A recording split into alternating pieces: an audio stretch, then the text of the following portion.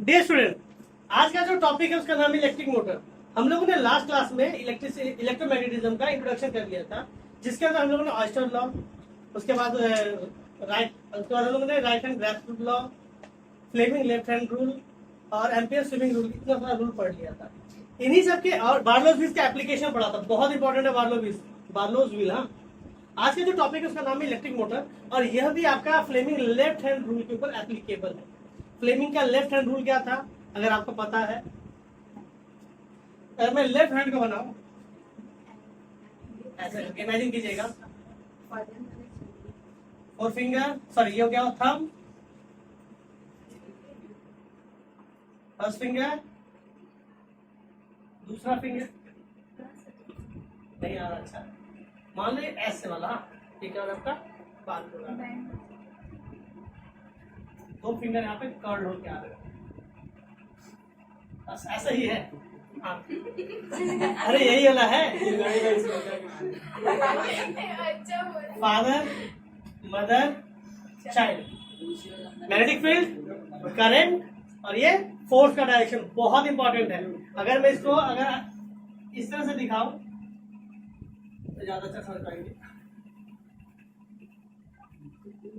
कहने का मतलब क्या है? Magnetic field, direction of current और फोर्स, ये तीनों आपस में परपेंडिकुलर होते हैं। अरे बहुत बड़ा डिडक्शन है आपका, ये लॉ में आप कह सकते हैं। इसके एग्जांपल में बता रहा हूं, इसी के एप्लीकेशन का यूज करके हम लोगों ने मोटर बनाया है। आपने देखा होगा पंप में, जिन लोगों के 2 तल्ला 3 तल्ला बिल्डिंग है, पानी चढ़ाना होता है टंकी के ऊपर, तो क्या करते हैं आप लोग? मोटर चला देते हैं। वो मोटर में हो क्या रहा है, ये हो रहा है, ठीक है। वहां पर आपका यही एप्लीकेशन होता है, जहां पर आप करंट देते हो। आपने क्या अप्लाई किया? करंट, और आपको क्या मिल रहा है? मैकेनिकल वर्क, यानी करंट एनर्जी, इलेक्ट्रिक करंट, यहाँ पर इलेक्ट्रिकल एनर्जी मैकेनिकल एनर्जी में कन्वर्ट हो रही है। ये एक नंबर का सवाल आता है, इलेक्ट्रिक मोटर में होता क्या है? इलेक्ट्रिक मोटर में इलेक्ट्रिकल एनर्जी मैकेनिकल एनर्जी में कन्वर्ट हो रही है। ये मैकेनिकल एनर्जी क्या है? आप जब किसी चीज को रोटेट कराते हो ना, रेस्ट कराते हो, मोशन कराते हो, ये रेस्ट और मोशन को मैकेनिकल एनर्जी कहा जाता है, पोटेंशियल और काइनेटिक। आपने क्या किया? इलेक्ट्रिसिटी दे दी, वो घूम रहा है और आपका काम कर रहा है। जैसे आपने देखा होगा, जहां गेहूं पिसवाने जाते हो तो आप वहां पर क्या देते हो? गेहूं दे दिया आपने, उसने मशीन ऑन कर दी, बेल्ट घूम रहा है, करंट उसने चालू कर दिया, वो करंट क्या कर रहा है? पहिए को बार-बार घुमा रहा है और काम हो रहा है। तो आपने इलेक्ट्रिकल एनर्जी से क्या किया है? मैकेनिकल एनर्जी का काम करवाया। समझा पा रहे हैं आपको? पंप का एग्जांपल हो गया, और गेहूं पिसवाने का जो एग्जांपल हो गया, ये सारे एग्जांपल इलेक्ट्रिक मोटर के है। इलेक्ट्रिक मोटर मतलब आप इलेक्ट्रिसिटी दीजिएगा, आपको क्या मिलेगा?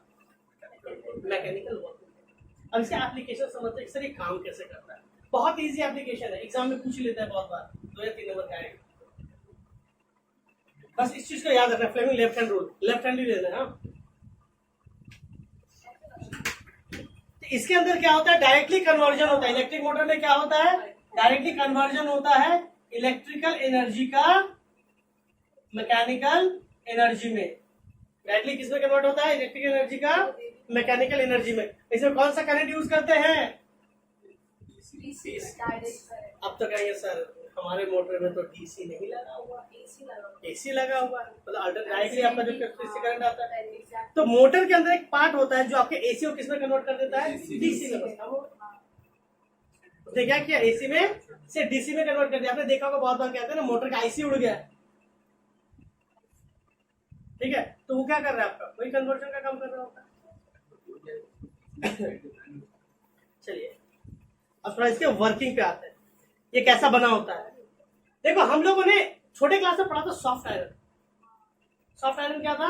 एक सॉफ्ट आयरन मतलब ये नहीं कि बहुत लुचपुच सा होगा, आपने मोड़ दिया तो मुड़ जाए, ऐसा नहीं। सॉफ्ट आयरन, आयरन की वो क्वालिटी है, सॉफ्ट आयरन आयरन की वो क्वालिटी है, इसके अंदर से अगर आप मैग्नेटिकल लाइन पास करते हैं तो ये अपने आप को मैग्नेट की तरह बिहेव करने लगता है। किसकी तरह बिहेव करने लगता है? मैग्नेट। और ये आपके क्या था, लोहे की, कोबाल्ट और निकेल को अपनी तरफ अट्रैक्ट करने लगता है। इसके ऊपर एक पोल क्रिएट हो जाता है, एक तरफ नॉर्थ पोल, एक तरफ क्या हो जाएगा आपका साउथ पोल। इतना सारा चीज होता है। लेकिन अगर मैं सॉफ्ट आयरन की जगह दूसरा आयरन यूज करूं तो इसके अंदर से मैग्नेटिक लाइंस अच्छी तरह से पास नहीं होंगी, और ये अच्छा मैग्नेट नहीं बन पाएगा। तो सॉफ्ट आयरन कहने का मतलब कभी भी ये नहीं होता कि आपका ये मुड़ जाएगा, नहीं। सॉफ्ट आयरन कहने का मतलब इसके अंदर से जब मैग्नेटिक लाइन जाएंगी तो अपने आप को कैसा बिहेव करेगा, ये मैग्नेटिक बिहेव करता है। अब समझिएगा। तो अब हो क्या रहा है, देखिए मैं तो डायग्राम बनाऊंगा, आपको तो पता है मैं डायग्राम कितना सुंदर बनाता हूँ, यही कहना। देखिए एक सॉफ्ट आयरन लिया गया, किस शेप का, रेक्टेंगुलर शेप, दिख रहा है। इसके ऊपर कॉपर की क्या कर ली गई, वाइंड अप किया गया, बहुत सारा कॉपर घुमाया गया। देखो मैं बता रहा हूँ कैसा, ऐसे नहीं होता, ऐसा नहीं है, ऐसे करके कॉपर क्या कर दिया गया है,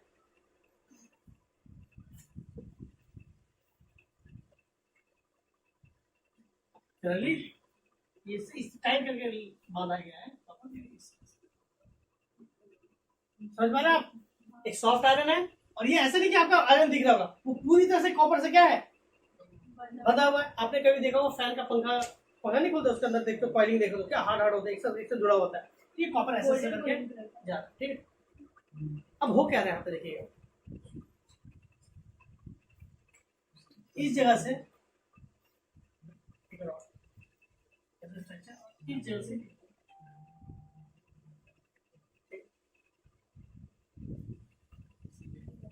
इस जगह पर एक मैग्नेट लगा देते हैं, समझिएगा, नॉर्थ और साउथ। आप ये मैग्नेट है आपका हॉर्सशू मैग्नेट। हॉर्सशू कैसा दिखता है, घोड़े की नाल की तरह। इसको अब मान लीजिए आपका ये 3D में बनाएंगे तो कैसे बनाएंगे, मान लीजिए आपने ऐसा किया है, ऐसा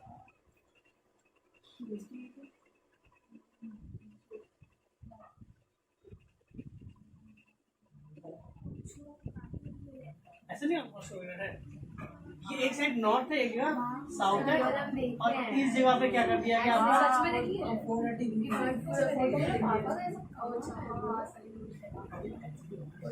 इस जगह पर आपका ये जो पार्ट है ना, ये इसके बीच में, समझिएगा। देखिए हो सकता है कि आप लोग रीडिंग करें, मैं आपको फील देना चाहता हूँ कि चीजें कैसे वर्क कर रही है। एक तरफ नॉर्थ लगा दिया, एक तरफ साउथ लगा दिया, ये असली में मैग्नेट है। और मैंने लास्ट क्लास में बताया था मैग्नेटिक लाइन कहां से कहां तक जाती है, नॉर्थ से साउथ की तरफ। तो इसके अंदर क्या होगा, अगर इसको मैं नॉर्थ कहता इससे साउथ, तो मैग्नेटिक लाइन ऐसे जा रही होगी, ऐसे भी जा रही होगी, ऐसे भी लाइन निकल रही होगी, ऐसे भी लाइन निकल रही होगी, ये मैंने पढ़ाया था।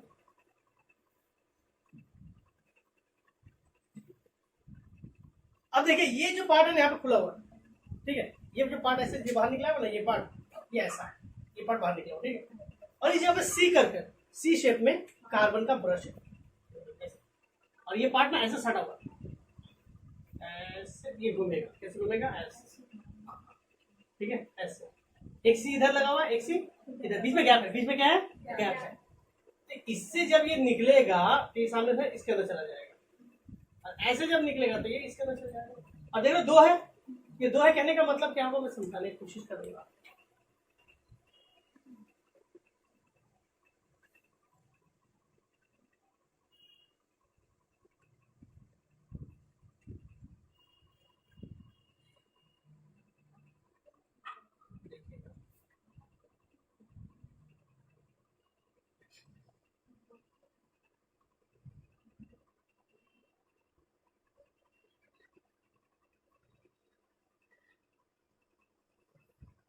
देखिए जब ये पार्ट इस कार्बन ब्रश को टच कर रहा है तो उसका सेकंड पार्ट क्या इसको टच कर रहा है, ठीक है। अब ये जब घूमेगा तो ये जैसे इसके पास टच करेगा, ये कहाँ चला जाएगा, इसके पास, यानी दोनों हमेशा अलग अलग ब्रश को टच कर रहे होंगे, क्लियर। इस कार्बन ब्रश से निकलता है,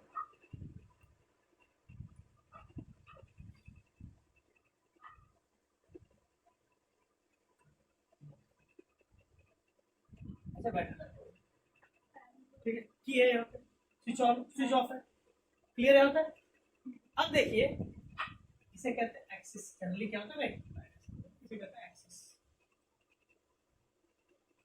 आप देखते नहीं मोटर है, कोई पंखा लगा होता है, घूमे जा रहा है, घूमे जा रहा है, यहाँ पे लगा पंखा,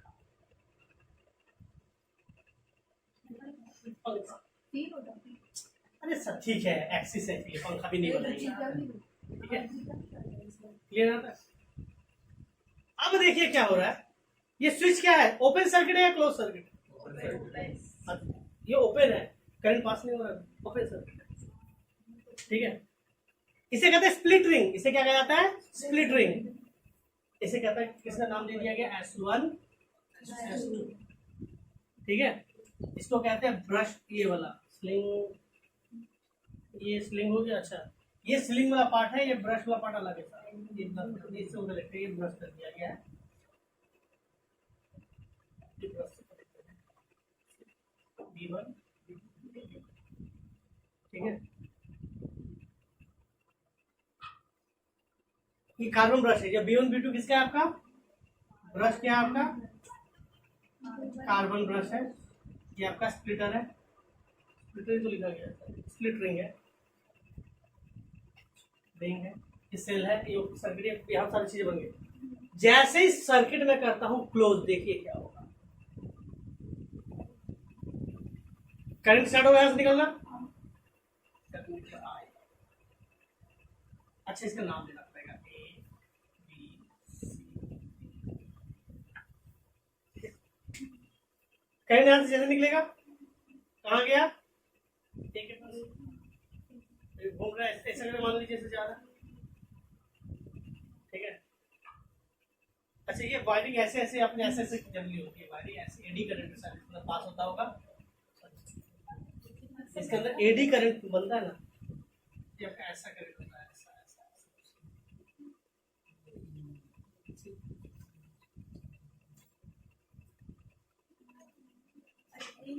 ऐसे जल्दी होता है।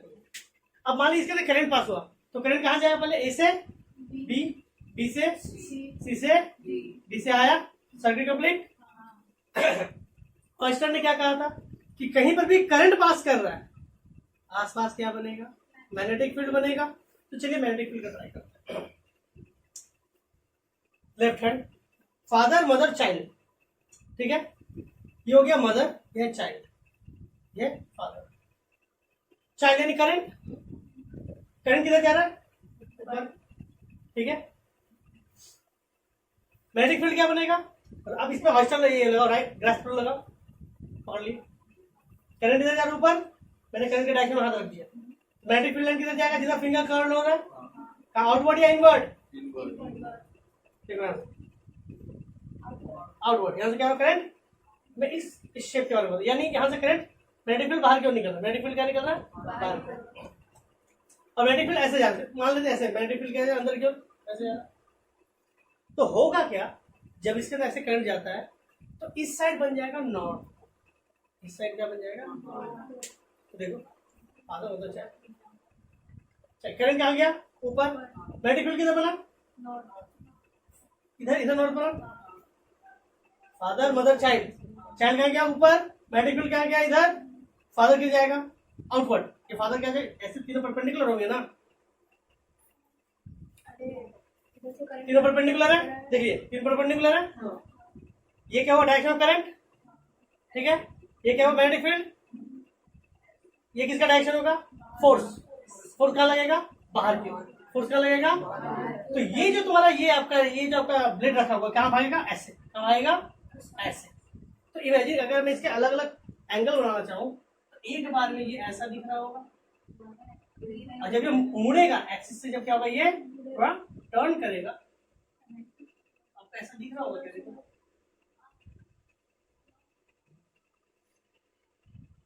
तो घूम चुका है, और नेक्स्ट टाइम में क्या होगा? ऐसा दिख रहा होगा, ठीक है। अगले बार में ऐसा दिखेगा नहीं, तो ऐसे घूम रहा है, ऐसे घूम रहा है। कहने का मतलब मेरा ऐसा है, अभी ऐसे है आउटवर्ड, फोर्स किधर लगा? आउटवर्ड। स्प्लिंटर जोड़ा लगा हुआ ऐसे, स्प्लिंटर भी लगा ही देते हैं। ये आपका S1 S2 लगा हुआ, रेड S1 ऐसे। आउटवर्ड कहाँ लगा? ऐसा ऐसा ऐसा ऐसा ऐसा, फिर क्या होगा? ऐसा ऐसा ऐसा आएगा, तो ठीक है। अब देखिए यहाँ पे हो गया, पहले ऐसा है तो नॉर्थ पोल किधर है? इधर। अब ऐसे घुमा घुमा घुमा घुमा घुमा ऐसे घूम गया। अब बताओ अभी भी करंट कहाँ जा रहा है? आउटवर्ड। ये भी फिर धक्का लगेगा तो घूमेगा। ठीक है, ये आपका ऑल टाइम होता रहेगा और ये पार्ट क्या होगा, ऑल टाइम होता रहेगा। ऑल टाइम धक्का लगा, अब देखिए धक्का लगा तो ये क्या होगा, स्प्लिंटर क्या होगा, ऐसे ऐसे घूमते घूमते यहाँ से बाहर निकलेगा, ये इधर चला जाएगा। तो देखो पहले केस में क्या था, करंट ए से जा रहा था बी, करंट कहाँ से आया था, सी से डी। जैसे फेस पलटा, जैसे फेस पलटेगा, इमेजिन करो ये जब उधर जाएगा तो ए चला जाएगा इधर, ये बी चला जाएगा इधर, ये सी चला गया उधर, पलटा नहीं बोला। अब देखो करंट कहाँ जा रहा है, डी से सी। पहले करंट जा रहा था ए से बी की तरफ जा रहा था और सी से डी की तरफ आ रहा था फर्स्ट केस में। अब जब ये घूम गया डायरेक्शन करंट तो ऊपर की ओर जाएगा, फिर पॉजिटिव से कनेक्टेड ऐसा करके जाएगा, डी से सी फिर बी से ए, ये हो रहा है। ये इसलिए बार घूमता रहेगा, बार घूमता रहेगा और ये मोटर चलेगा। क्यों, ये नॉर्थ पोल इस नॉर्थ पोल को क्या कर रहा है, रिपल कर रहा है। नॉर्थ पोल क्या कर रहा है, रिपल कर रहा है। क्लास 10 में इतना ही पढ़ना, नॉर्थ पोल ने क्या किया, नॉर्थ पोल को रिपल किया। जितना ज्यादा स्ट्रॉन्ग बैटरी लगा हुआ उतना ज्यादा रिपल्सन लगेगा, ठीक है, उतना ज्यादा रिपल्सन के बाद क्या उतना तेजी से घूम रहा है। और जितना तेजी से घूमेगा, ये एक्सिस पे क्या लगा दो, पंखा लगा दो, कुछ भी लगा दो, वो गोल गोल क्या करेगा, उसको घुमाते रहेगा, आपका काम हो जाएगा। यहाँ पर सेम चीज आपको मिक्सर मशीन में भी तो होता है, आज जो टाइट कर रहे थे सिर्फ यही तो हो रहा है, और क्या हो रहा है समझाओ। अब जैसे ये बड़े क्लास में जाओगे ना ट्वेल्व में, तो पता क्या कहा जाता है, वहां पे कहा जाता है मैट्रिक लाइंस। जब ऐसे है तो मान लीजिए अब ऐसे करके, तो ये नॉर्थ पोल इधर है, साउथ पोल इधर है, ये मैट्रिक लाइन ऐसे गई और ऐसे पास हुआ, मैट्रिक लाइन इसी को टच करते हुए इसी के अंदर घुस के निकलेगी। तो मान लेते यहाँ से 10, मान लेते इससे 100 लाइन मैग्नेटिक लाइन घुसी और निकल गई। जब धक्का लगा तो ऐसे मिला। अब इसके अंदर से कितने लाइन पास हो रही है, इसके अंदर से 5000 लाइन पास हो रही है। इससे 100 छोटा सा जगह था, अब इससे क्या 5000, फिर 100 फिर 5000। जितना ज्यादा डिफरेंस होगा फर्स्ट एरिया और सेकंड एरिया में, उतना ज्यादा आपको स्पीड मिलेगा, ठीक है। जितना ज्यादा डिफरेंसेस आएगा ना, उतना क्या होगा, हाई स्पीड से आपका पंखा घूमेगा। ये आपका इलेक्ट्रिक मोटर का क्या हो गया एप्लीकेशन, समझा पाए, हाँ यार, ठीक है। अब कहा जाएगा नहीं, अब मैं चाहता हूँ कि इलेक्ट्रिक मोटर का स्पीड बढ़ा दूं, बहुत तेजी से काम करे, तो क्या करना पड़ेगा आपको, पहली बात सर ज्यादा करंट पास कीजिए, ज्यादा इफेक्ट मिलेगा आपको। दूसरा सर नंबर ऑफ टर्न जितना ज्यादा होगा ना, उतना ज्यादा आपको स्पीड मिलेगा। तीसरा एरिया बढ़ा दीजिए, जैसे छोटा सा कॉपी किताब है ना, एक बड़ा सा उससे ले लीजिए, तो सर ये एरिया और ये एरिया में जितना ज्यादा का डिफरेंस होगा, उसमें उतना ज्यादा क्या होगा, आपको स्पीड से घूमता हुआ मोटर नजर आएगा। क्लियर है या डाउट? तो ये था आपका इलेक्ट्रिक मोटर, नोट कर लीजिए। देखिएगा अब हमारा टॉपिक क्या है, इलेक्ट्रोमैग्नेटिक इंडक्शन। इंडक्शन का मतलब पता है क्या, without touch, without touch, injection नहीं इंडक्शन, विदाउट टच। देखिए इसको पढ़ने के पहले मैं आपको एक चीज बता दूं कि ये एक्सपेरिमेंट जो किया था इन्होंने, इससे किया था माइकल फैराडे ने। माइकल स्पेलिंग,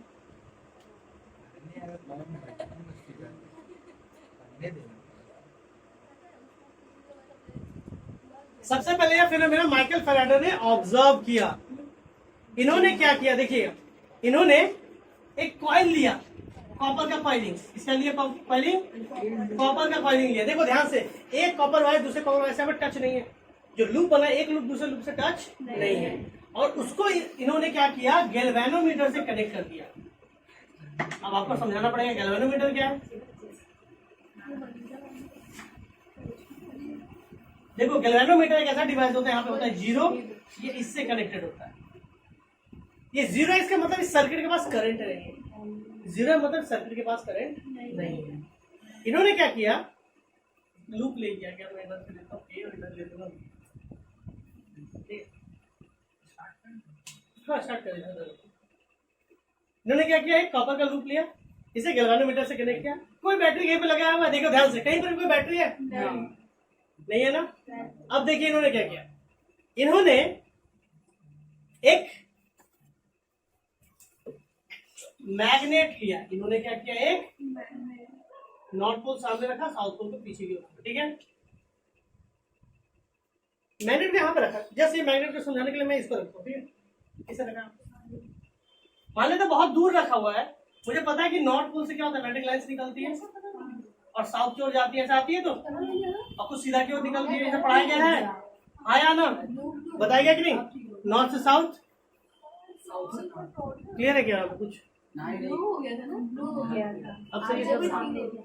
देखिए मैग्नेटिक लाइन क्या होगा, नॉर्थ से साउथ की ओर जाए, नॉर्थ से साउथ की ओर जाए, यहाँ से कुछ मैग्नेटिक लाइन निकल रही है, ठीक है, ये मैंने बहुत दूर रखा है, ये आपका यहाँ पे अगर अरेंजमेंट है तो मैंने इसको यहाँ पे रखा है, ठीक है, बहुत दूर रखा है।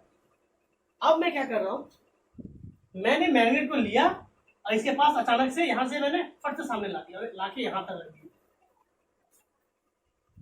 अब इमेजिन कीजिए जब दूर था ना तो इसके अंदर से 10 या 6 लाइनें पास हो रही थी, अब अचानक से मैंने इसके सामने ला दिया, 600-700 लाइनें पास हो रही, क्या हो रही है, 600-700 लाइनें पास। फिर मैंने क्या किया, फिर मैग्नेट को दूर लेके चल गया, ठीक है, फिर मैग्नेट को दूर लेके चल गया, और इस बार मैग्नेट को मैंने लिया और इस ये जो आपका लूप है इसके अंदर डाला और जल्दी से इस पार्ट से इस पर निकाल दिया। समझ पाए मैंने क्या किया, मैंने मैग्नेट लिया है और जल्दी से लेके आया, इससे अंदर से होते हुए इसके पार करा दिया। तो मैंने क्या देखा, ये तो मैग्नेट है, आसपास कोई करंट नहीं है, देखा जैसे इसके अंदर से पास करा ना, गैल्वेनोमीटर ने कोई डिफ्लेक्शन शो किया, गैल्वेनोमीटर काफी लगा ऐसे सरल, और गैल्वेनोमीटर पता है क्या डिटेक्ट करता है, करंट, बहुत ही हल्का सा करंट, लेकिन मापेगा जरूर। गैल्वेनोमीटर ये चेक करने के लिए यूज किया जाता है कि यहाँ पे हल्का सा भी करंट है या नहीं। तो इन्होंने क्या देखा कि जैसे मैग्नेट को एक लूप के पास अचानक से जल्दी ला दिया गया या आर पार कर दिया गया, तो इसके अंदर करंट जनरेट हो रहा है, इसके अंदर क्या हो रहा है, करंट जनरेट हो रहा है। कैसे पता चला करंट जनरेट हो रहा है, पहले से गैल्वेनोमीटर पहले 0 पे था, इसके अंदर डिफ्लेक्शन आने लगा, और डिफ्लेक्शन तभी आता है जब करंट है। तो इन्होंने एक और बात बताई कि मैग्नेटिक लाइन के चेंज होने से, यानी मैग्नेटिक फील्ड से अपने आप करंट बनाया जा सकता है, यानी हमारे पास अगर मैग्नेट है तो आप घर में करंट बना सकते हैं। समझ पा रहे हैं, ये किसने बताया था, माइकल फैराडे, बहुत इंपॉर्टेंट है ये।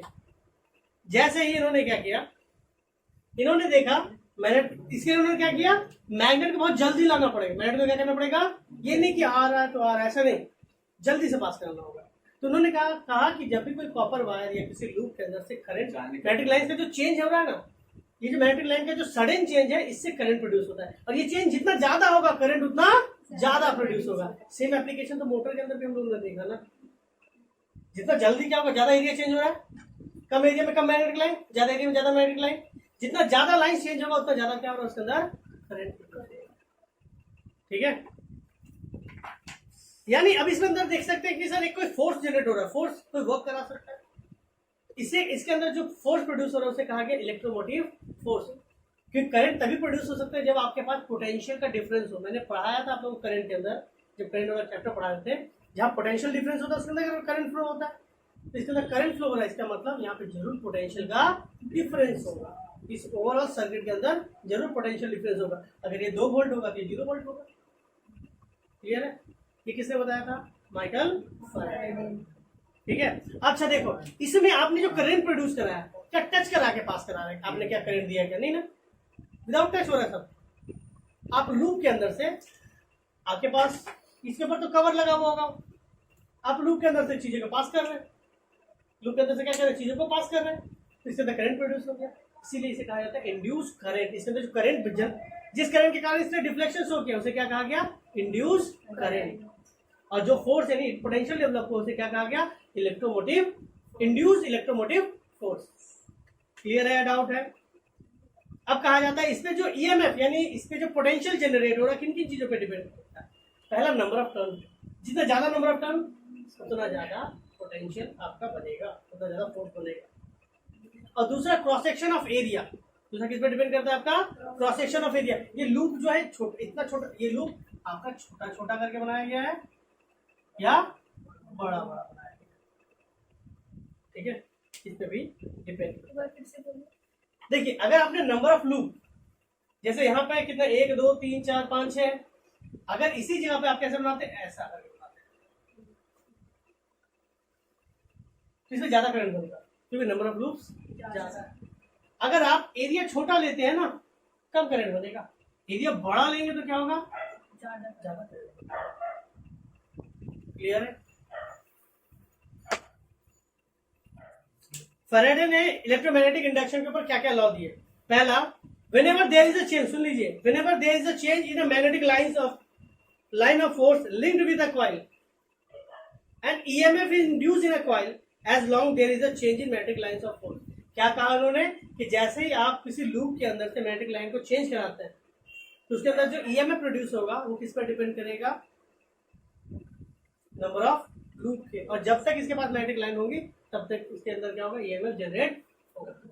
और सेकेंड इन्होंने कहा the magnitude of induce EMF, इसके अंदर जो ईएमएफ यानी जो पोटेंशियल जनरेट हो रहा है जिसके कारण कितना करंट प्रोड्यूस हो रहा है, इसे डिपेंड करता है rate of change of magnetic line, कितना ज्यादा मैग्नेटिक लाइन चेंज कर रही है उस पर डिपेंड करता है। ज्यादा मैग्नेटिक लाइन चेंज होगा ज्यादा करंट बनेगा, कम मैग्नेटिक लाइन चेंज होगा कम करंट बनेगा। समझा पाए? आया ना? याद नोट कर लीजिए। देखिएगा नेक्स्ट टॉपिक है क्या? Lenz law. क्या है? Lenz law. सुन लीजिए थोड़ा। According to Lenz law, in case of electromagnetic induction the direction of induced current is such that is always oppose to cause with produce it. ये Lenz law कहता है ना कि कभी भी आप मैग्नेट को सामने लाते हैं, मैग्नेटिक लाइन बनती है, करंट प्रोड्यूस होता है, ये उसको हमेशा रोकेगा। लेंज लॉ क्या करता है? उसको हमेशा, लेंज लॉ कहता है कि इसके अंदर जो ईएमएफ होता है वो इसलिए जनरेट होता है कि इसको रोक सके। और जब हायर क्लासेस में जाइएगा तो इसको इस तरह समझाया जाता है कि इसके अंदर जो करंट प्रोड्यूस हो रहा है ना, ये हमेशा ऑपोजिट चाहेगा। ये कहता है कि मैं मैग्नेटिक लाइन चेंज कर रहा हूँ, मैग्नेटिक लाइन ज्यादा करके बढ़ा रहा हूँ, करंट ज्यादा होगा, तो इसके अंदर जो ईएमएफ होगा वो करंट को रोक रहा होगा, करंट को क्या कर रहा होगा? कमा रहा होगा। और जैसे इसके अंदर से मैग्नेट यहाँ से मान लो निकल रहा है, मैग्नेट क्या यहाँ से निकल रहा है, तो मैग्नेटिक लाइन बढ़ेगी कमेगी? जब आ रही है तो अचानक से लाइन ज्यादा बढ़ते जा रहा है, जब जा रही है तो कमते जा रहा है। तो जब कम रहा होता है तो इसके अंदर जो ईएमएफ प्रोड्यूस होता है वो क्या चाहता है? वो चाहता है कि उसको वापस बुलाना, कि वो आ जाए और वापस से मैग्नेटिक लाइन बढ़ जाए। यानी लेंज लॉ कहता है कि जैसे ही इसके अंदर मैग्नेटिक लाइन्स बढ़ रही होती है तो इसके अंदर जो ईएमएफ होता है वो उसको क्या करता है? कमाना चाहता है। क्या चाहता है? उसको कमाना चाहता है। और जैसे ही इसके अंदर से मैग्नेटिक लाइन्स कम हो रही होती है तो इसके अंदर ईएमएफ जो प्रोड्यूस होता है वो क्या चाहता है? उसको, मैग्नेटिक लाइन्स को बढ़ाना चाहता है। समझा पा रहे हैं? यानी जब तक पास में बाबू कदर नहीं, आ रहा है तो कदर नहीं, जा रहा है तो कदर आ रहा है, बस वही है। ये हो गया लेंज लॉ। समझा पाए? आया ना? डीसी और एसी में डिफरेंसेस बता दिया गया था। डीसी हमें बैटरी से मिलती है और एसी कहां से मिलता है? हमें डायनामो से मिलता है। किससे मिलेगा? वो आगे पढ़ाया जाएगा। मोटर तो है, इलेक्ट्रिक जनरेटर, उसमें पढ़ाया जाएगा। इसमें क्या होता है? करंट बनाया जाता है। आपने देखा होगा जनरेटर के अंदर, इलेक्ट्रिक जनरेटर देखा कि नहीं आपने? गांव में शादियों में क्या देखा जाता है, या फिर कोई फंक्शन होता है, अभी तो इन्वर्टर टाइप का, इन्वर्टर की बात नहीं कर रहा, गांव में जाओ अभी भी क्या होता है? डीजल डालते हैं उसको ना डाल के ऐसे घट आगे सामने लगा रहेगा, घर धुआं छोड़ता रहता है। वो इलेक्ट्रिक जनरेटर बहुत भारी होता है। इलेक्ट्रिक जनरेटर क्या करता है पता है? आपने उसके अंदर पेट्रोल डाल दिया या जनरल डीजल डाल दिया, और जैसे आपने उसको स्टार्ट किया ना तो वो आपने जो उसके अंदर फ्यूल डाला है वो बर्न हो रहा है, और आप उसको क्या क्या एनर्जी देके खींच दिए थे, यानी घूम रहा है, आपने उसको घुमाया, यानी आपने क्या? Mechanical energy. अब मैकेनिकल एनर्जी को वो किस में कन्वर्ट करेगा? इलेक्ट्रिकल एनर्जी में। जब तक उसके अंदर फ्यूल बर्न हो रहा है वो तब तक उसको घुमाया जा रहा है, यानी मैकेनिकल वर्क हो रहा है। जब तक मैकेनिकल वर्क हुआ तब तक घर में रोशनी होगी, यानी electric energy. Just opposite of electric motor.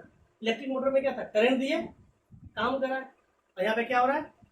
काम करा रहा है और करंट बन रहा है। Just opposite of electric motor. ये होता है एसी जनरेटर। ठीक है, ठीक है। इसको हम लोग नेक्स्ट क्लास में डिस्कस करेंगे, जब लोग इसके जिस तरह आज मोटर डिस्कस किए होते हैं, क्या करेंगे? एसी का आज पढ़ लेते हैं। Component and component uses. क्या पढ़ेंगे आज?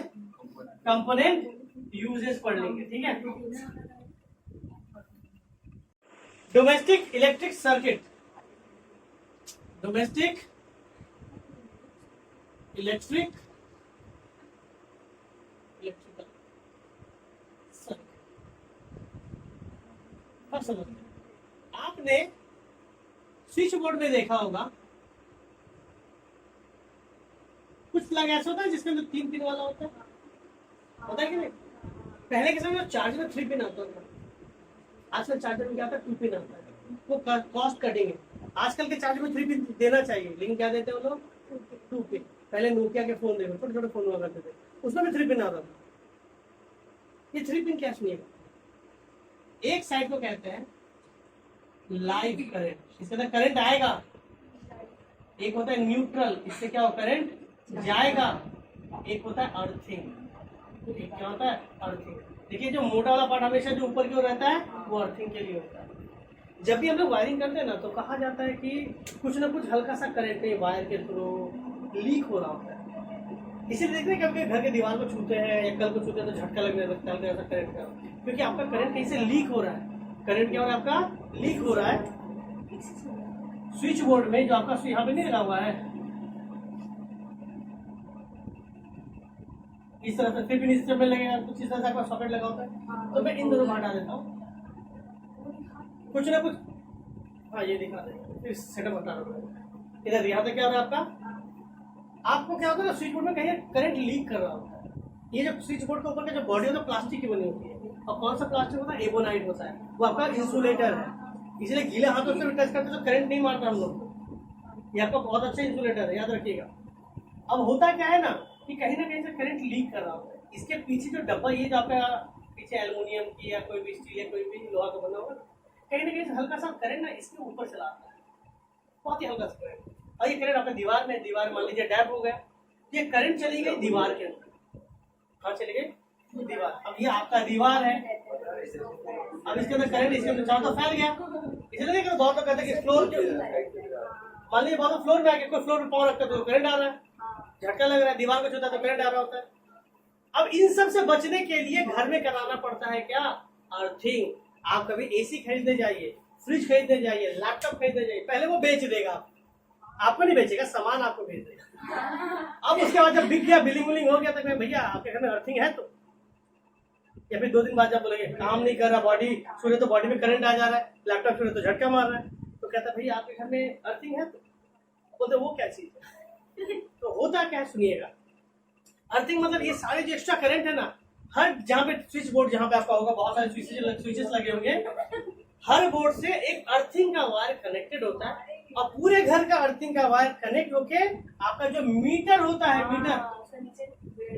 मीटर के में के बगल में देखिए कि तार जाता होता है, मोटा सा जा रहा होगा, तार जा रहा होगा, जमीन को गड्ढा करके 4 फुट या 3 फुट गड्ढा करके, यहाँ पे थोड़ा कोयला, थोड़ा नमक, ठीक है, और चीजें डाल के कॉपर पे यहाँ पे डाल देते हैं। इससे क्या होता है, घर का जो भी लीकेज है, मान लीजिए यहाँ पे एक मेटल लगा दे, तो metal good conductor than iron, sorry metal is a good conductor of than brick.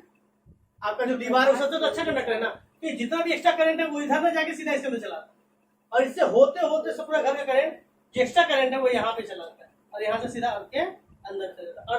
Earth is a very good absorber of extra current. जितना भी करंट या चार्जेस है, अर्थ उसको अच्छा से एब्जॉर्ब कर लेती है। इसलिए लोग इसके बगल में भी खड़े तो करंट नहीं मारते, और दीवार छूते तो भी करंट नहीं मारते। अर्थिंग बहुत ज्यादा जरूरी है, ठीक है।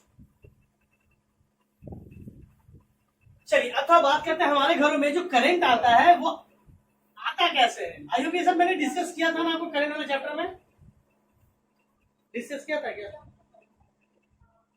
नहीं देखो हमारे ये जनरली एक सवाल आपके एग्जाम में आता है। आपको पता है हम लोग जब घर बनाते हैं ना, तो जो मिस्त्री अंकल होते हैं वो कह देते हैं ना कि लाल रंग का तार लेके आइए, ब्लू रंग का तार लेके आइए, हरे रंग का तार लेके आइए, लेके चला। अब बहुत बार क्या देखा गया, सारे तार के काम तो हो गए, लेकिन 10 या 15 फुट का तार कम पड़ रहा है वायरिंग में। और वो कह रहा है कि मुझे इसके लिए रेड तार 15 फुट लेके, मैं बोल रहा हूँ 15 फुट आप रेड तार लाने के लिए कह रहे हैं, रेड मोड मतलब लाल कलर का तार, वो तो आप बाहर का कवर ही है, तो प्लास्टिक का कवर है। तो हरा तार मेरे पास तो अभी भी 25, आपको मिस्त्री अंकल ने क्या कहा, लाल कलर का तार कम गया है, आप 15 फुट लाल कलर का तार लेके आइए, जो भी साइज बता दिया उन्होंने। अब तुम कह रहे हो पैसा बचाने के लिए, कंजूस तो ठहरे हम लोग, तो कह रहे ये ऐसे कैसे, हरा तार तो अभी भी 20 फुट बचा हुआ है, उसके लिए हरा वाला लगा दो। बोलेगा नहीं मैं लगाऊंगा तो लाल वाला नहीं लगाऊंगा, आपकी सेफ्टी नहीं करेंगे, ये सेफ्टी बाय रूल है। इसमें कहा गया है, सुनिएगा, लाल रंग का जो तार होता है वो लाइव वायर के लिए होता है। देखो पुराने समय में, बात सुनो, पुराने समय में जो रेड कलर का वायर हुआ करता था वो लाइव करंट के लिए था, किससे करंट आएगा। आज का नया टाइम के हिसाब से उसका कलर हो गया ब्राउन, बुक में लिखा हुआ देखिए, ये कलर कोडिंग आता है। जो न्यूट्रल होता है उसे ब्लैक या फिर लाइट ब्लू में लिखा है, ब्लू कलर का हमेशा न्यूट्रल होगा। और क्या होगा, अर्थिंग वाला ग्रीन या फिर ग्रीन या फिर येलो, ग्रीन या फिर येलो होगा अर्थिंग। अब कहें सर ऐसा क्यों? अब मान लो आपका घर का वायरिंग में कहीं ना कहीं दिक्कत होगी आज से 10 साल बाद या 6 साल बाद, जिस मिस्त्री अंकल ने किया वो नहीं है या कहीं और चले गए कोई रीजन से, अब दूसरा मिस्त्री आया, अब वो देख रहा अच्छा ये तो लाल हरा वाला तो कोई काम का नहीं, हरा वाला तो मेरा अर्थिंग वाला है। अब वो अर्थिंग को जनरली जो होते हैं वो पकड़ के हाथ से मतलब करंट डालेंगे तो भी करना स्टार्ट कर देते हैं। अर्थिंग है क्या होगा, कुछ नहीं होगा। अब तुमने तो कॉस्ट कटिंग किया था, लाल के जगह हरा डाल दिया, उसने हरा को अर्थिंग समझा पकड़ लिया, स्पॉट। हाँ, इसीलिए कलर कोडिंग बहुत इंपॉर्टेंट। जो आपका घर का मेन वायरिंग है ना वो कलर कोडिंग के साथ होती है।